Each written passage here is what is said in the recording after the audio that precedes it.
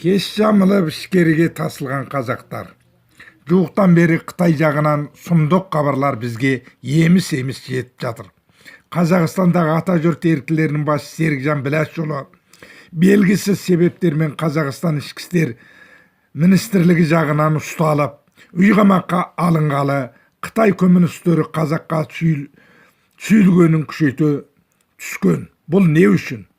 Бұл дегеніміз Қытайдың өзіндегі аз ұлттарды мейлінше жаныштауына, Қазақстандағы ата жұрт еріктілері және оның басшысы Серікжан Біләшұлы шынымен кедергі жасап келгенін көруге болады.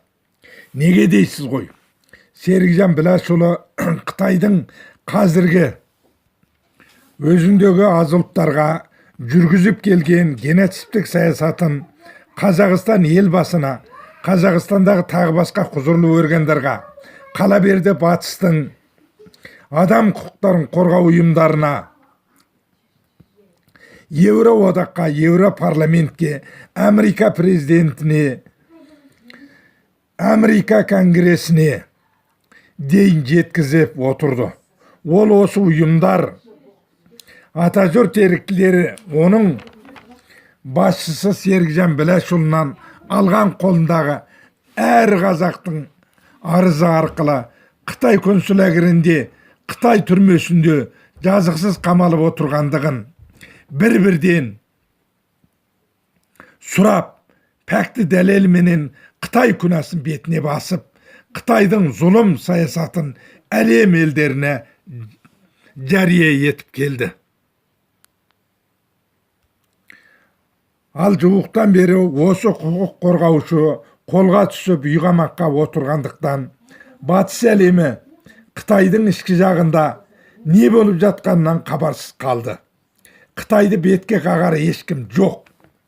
Сөйтіп Қытай өзіндегі аз ұлттарға, соның ішінде 3 миллион қазақ та бар, қайта құтырынып шабуылын күшейтті. Серікжан Біләшұлының тұтқындалып үйқамаққа алынуы Қытай үшін таптырмас орай болып отыр. Қытайдан жедел жетіп жатқан хабарларға қарағанда, Қытай осы бірер апта ішінде басқа қырынан көрініп, консуләгірлер мен түрмелерге адамдарды қамауын көбейте бастаған.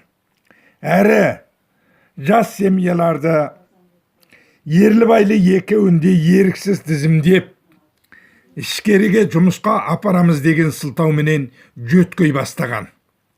Ішкері Қытайға еріксіз әкетіліп жатқан қазақтың жап-жас ерлеріне, әйелдеріне, үйленбеген қыз жігіттерінің алдағы өміріне кім кепілдік береді?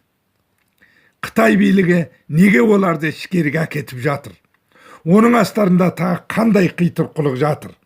Оны ішкеріде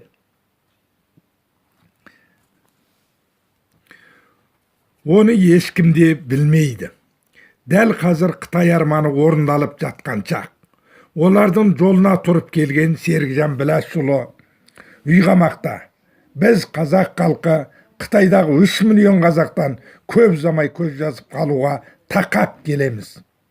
Қытайда аға бауырымыз, апа қарындасымыз, аталарымыз, әжелеріміз өстіп көз алдымызда ғайып болып, жұтылып барады. Сондықтан халық болып Серікжан Біләшұлына бостандық деген үндеуді қазақ президенті Қасым-Жомарт Тоқаев мырзаға